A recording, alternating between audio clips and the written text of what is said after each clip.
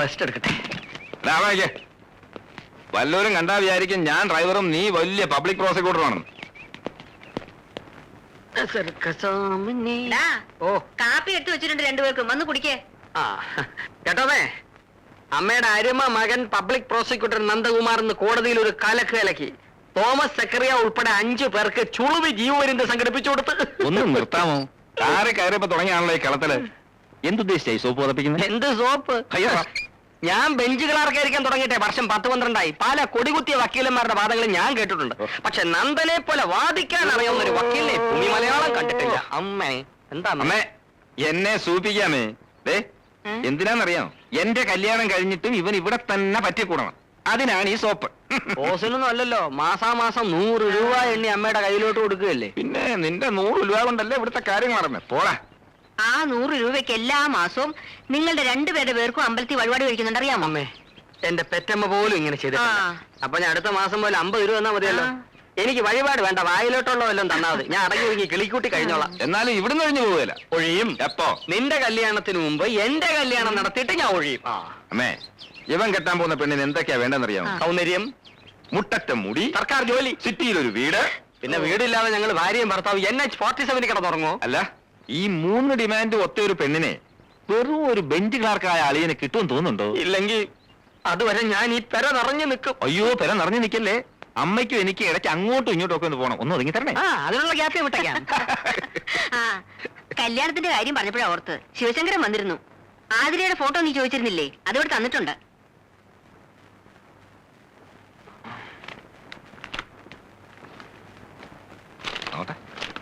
ഇവിടെ നോക്കട്ടെ നോക്കട്ടെ. നേരി കണ്ടതുപോലല്ല. അതെ, ഫോട്ടോയിൽ കുറച്ചുകൂടെ മെച്ചൂരിറ്റി ഫീൽ ചെയ്യുന്നുണ്ടല്ലേ? അതല്ല, നേരിട്ട് കണ്ടപ്പോ അച്ഛനെയും മോളെയും പോലുണ്ടായിരുന്നു. ഇപ്പോ അപ്പൂപ്പനെയും കൊച്ചുമോളെയും പോലുണ്ട്.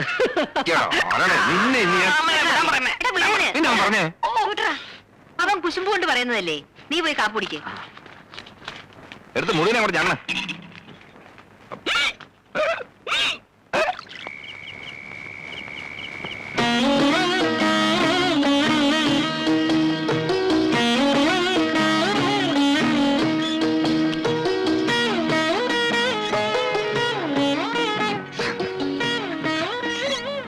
ശങ്കരേട്ടൻ വല്ലതും പറഞ്ഞോമേ? അവർക്ക് താല്പര്യക്കുറവൊന്നുമില്ല. പിന്നെ വയസ്സിന്റെ കാര്യത്തിലെ അല്പ വിഷമേ ഉള്ളൂ. ഓ, ഇനി ജാതകം ചേരാതെ വരുമോ എന്തോ? ഇത് നടക്കുമെന്നാ എന്റെ മനസ്സ് പറയുന്നത്. നിന്റെ ജാതകം അവര് ചോദിച്ചു. ശിവശങ്കരൻ അതുകൊണ്ടാ പോയിരിക്കുന്നത്. ആ,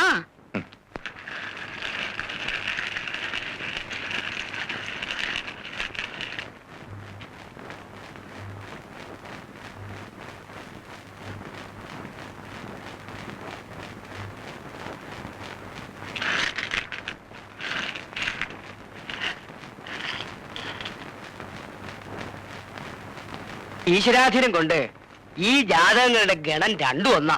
അതായത് ഗുണം 10 എന്നർത്ഥം. പ്രശ്നമാർഗത്തിൽ ദീർഘദാമ്പത്യത്തിന് 23 പൊരുത്തങ്ങളാ പറയണത്. ഇവിടെ ഭാഗ്യം പോലെ ഒക്കെ ഒത്തു വന്നിരിക്കണു. അടുത്ത കാലത്തൊന്നും ഇത്ര വിശേഷമായിട്ടൊരു പൊരുത്തം ഞാൻ കണ്ടിട്ടില്ല.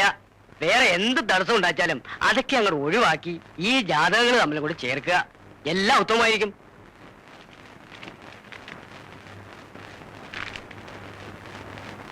പിന്നെ നിനക്ക് ആരെയും ഇഷ്ടം അത് പറ. ഇതുവരെ നീ വിചാരിച്ച നടന്നത്. ഇനി എന്റെ മോൾ അങ്ങനെ വിചാരിക്കണ്ട.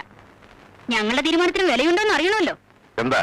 അവൾക്ക് ഈ വിവാഹം ഇഷ്ടമല്ലെന്ന് ഏക്കും ചൊല്ലുമില്ലാതെ വളർത്തിയതിന്റെയാ. എന്താ മോളെ കാര്യം? അവൾക്ക് അയാളെ ബോധിച്ചില്ല, അത്ര തന്നെ. പ്രായം ലേശം കൂടുതലുണ്ടെന്നല്ലാതെ എന്താ നന്ദകുമാറിന് കുറവ്? നിന്റെ അമ്മയും ഞാനും തമ്മിലുള്ളല്ലോ 10-12 വയസ്സ് വ്യത്യാസം. പ്രായത്തിന്റെ ഒന്നുമല്ല, എനിക്ക് ഇഷ്ടമല്ല. അതിന്റെ കാരണമാ അച്ഛൻ ചോദിച്ചത്. കാരണമൊന്നും എനിക്കറിയില്ല. എന്റെ മനസ്സിനെ അയാളെ ഇഷ്ടപ്പെടാൻ പറ്റുന്നില്ല. നിന്റെ മനസ്സിന് മാത്രം എന്താ ഇത്ര പ്രത്യേകത? വേറെ എന്തെങ്കിലും ഉദ്ദേശം ഉണ്ടെങ്കിൽ അത് മനസ്സിൽ തന്നെ വെച്ചാ മതി. നീ ഒന്നും മിണ്ടാതിരിക്കും വിജയലക്ഷ്മി. ഞാൻ മിണ്ടാതിരുന്നതാ ഇതിന്റെയൊക്കെ കാരണം. ഇപ്പൊ അനുഭവിക്കേ.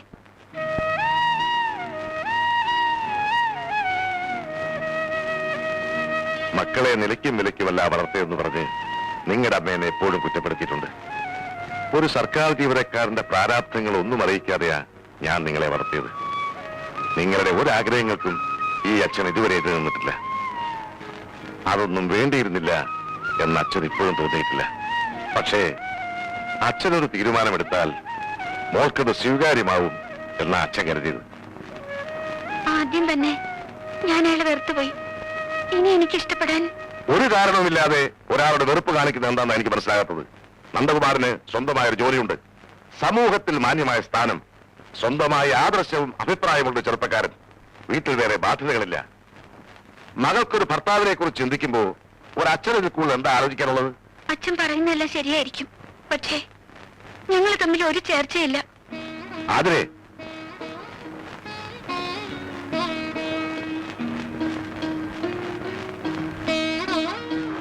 മോളെ,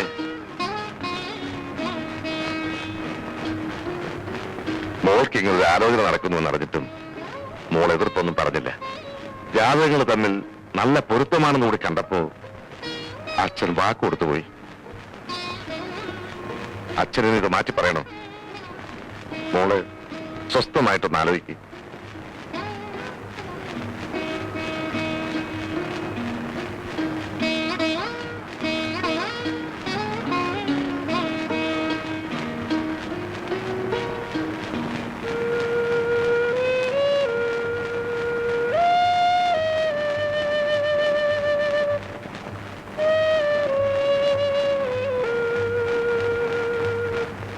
പിന്നെ അപ്പോഴത്തെ ദേഷ്യത്തിൽ ഞാനങ്ങനെ പറഞ്ഞെങ്കിലും ആലോചിച്ചു നോക്കിയപ്പോ അവള് പറഞ്ഞാലും കാര്യമുണ്ടെന്ന് തോന്നുന്നു.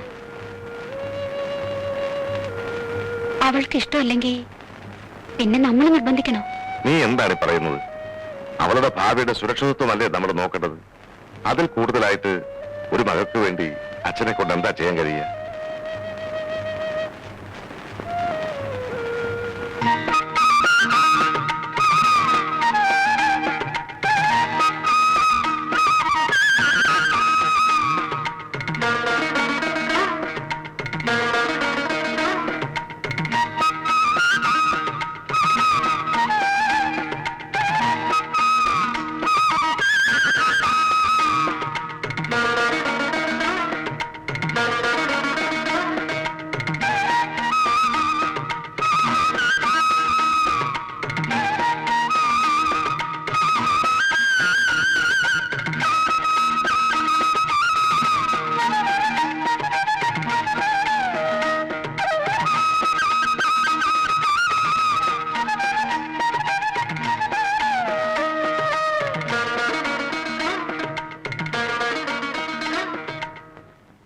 കണ്ണിന് ചുറ്റുമുള്ള കറുപ്പ് എങ്ങനെ മാറ്റാം?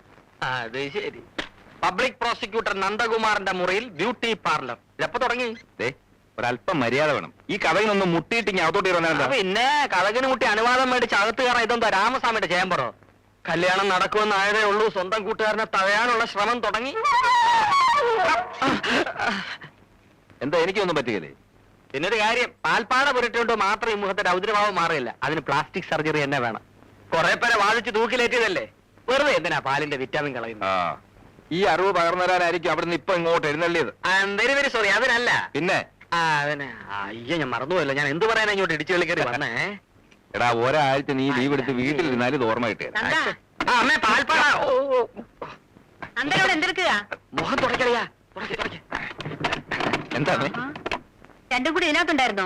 ജമാൻ എത്ര നേരമായി ഇവിടെ വന്ന് കാത്തിരിക്കുന്നു? അയ്യോ, അത് പറയാനാ ഞാൻ ഇങ്ങോട്ട് വന്നത്. സാറിന്റെ ഗുമസ്തൻ ഗുലിമാലി ജമാല് കാണാൻ വന്നിരിക്കുന്നു. ഇന്നത്തെ ദിവസം പോക്കാ. ആർക്ക്? അല്ല, എന്റെ.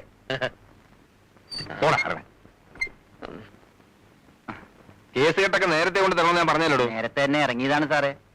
അപ്പോഴാണ് സെക്കൻഡ് വൈഫിന്റെ ബാപ്പാക്ക് കോളറാന്നും പറഞ്ഞ് അവൾ അളാപ്പ് വന്നത്. അറിഞ്ഞ സ്ഥിതിക്ക് അവിടം വരെ ഒന്ന് പോകാതിരിക്കാതെ പറ്റുമോ? അങ്ങനെ ഇരിക്കെ ഇറങ്ങിയേക്കാന്ന് എത്തിയപ്പോഴാണ് ഫസ്റ്റ് വൈഫിന്റെ ബാപ്പാക്ക് ബസൂരി എന്നും പറഞ്ഞ് അവൾ അളാപ്പ് വന്നത്. ഇതെല്ലാം കൂടി കേട്ടപ്പോ പടച്ചോനാണ് നമുക്ക് ഒരു ലൂസ് മോഷൻ. അതാണ് വരാൻ വൈകി. മോഷണം കുഴപ്പമൊന്നുമില്ല. കുഴപ്പമൊന്നുമില്ല. നാളെ ഏതൊക്കെയാ കേസ്? CP 38/87, CP 52/, അതൊക്കെ പറഞ്ഞു. CP 22/88, sessions 3/90, session 2/. മതി മതി മതി. നാളെ രാവിലെ 8 മണിക്ക് ഓഫീസ് തുടങ്ങണം. മജിസ്ട്രേറ്റ് കോർട്ടിലെ കേസിന് ബാലേന്ദ്ര അപ്പിയർ ചെയ്യട്ടെ.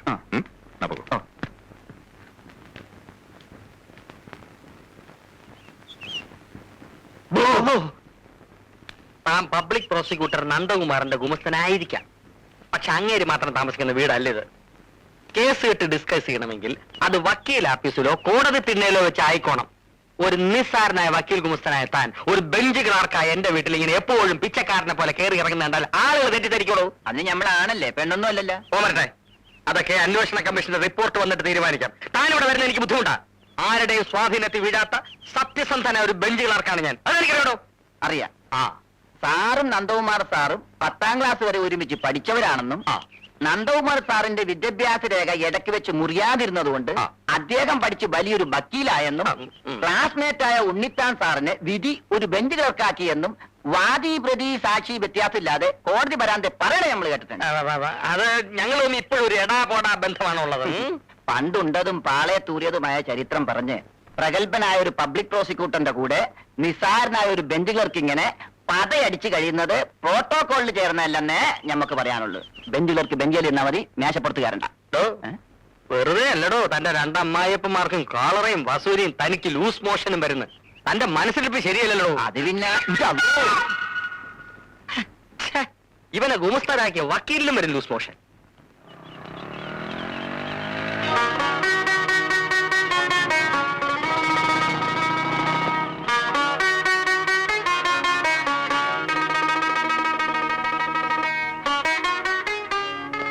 എന്തിനാ അത്യാവശ്യമായിട്ട് കാണണമെന്ന് പറഞ്ഞത്?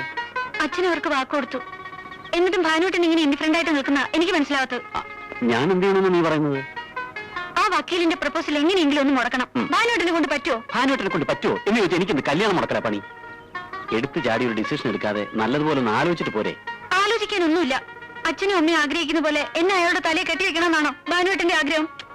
ഈ ലൈഫ് എന്ന് പറയുന്നത് നമ്മൾ കൂട്ടുകാരോടൊപ്പം മരത്തണലിൽ ഇരുന്ന് സ്വപ്നം കാണുന്ന പോലെ സിമ്പിൾ അല്ല. ഭാവനയിൽ കെട്ടിപ്പടുക്കുന്ന ജീവിതത്തിൽ നമുക്ക് ആരെ വേണമെങ്കിലും സ്നേഹിക്കാം, വിവാഹം കഴിക്കാം. ആരും നിയന്ത്രിക്കാൻ വരില്ല. പക്ഷെ പ്രാക്ടിക്കൽ ലൈഫിൽ നമ്മൾ ചില നിയന്ത്രണങ്ങൾക്ക് കീഴടങ്ങിയേ പറ്റൂ. മാത്രമല്ല അത്രയ്ക്ക് നെഗ്ലക്ട് ചെയ്യേണ്ട ഒരു പ്രപ്പോസലാണെന്ന് എനിക്ക് തോന്നുന്നില്ല. അഡ്വക്കേറ്റ് നന്ദകുമാറിനെ കുറിച്ച് ഞാൻ അന്വേഷിച്ചു. എല്ലാവർക്കും നല്ലതേ പറയാനുള്ളൂ. അയാളെ കുറിച്ചുള്ള ഭാനുവേട്ടന്റെ ഒപ്പീനിയൻ അറിയാനല്ല ഞാൻ വിളിപ്പിച്ചത്. എന്തറിയാനാ വിളിപ്പിച്ചത്? കുന്തം അറിയാൻ. ഛെ, അതല്ല ഞാൻ. മതി മതി, എല്ലാവരുടെ സ്നേഹം എനിക്കിപ്പോ മനസ്സിലായി. ഛെ, ഞാൻ പറയുന്നത് കേക്ക്. എനിക്കൊന്നും കേൾക്കണ്ട.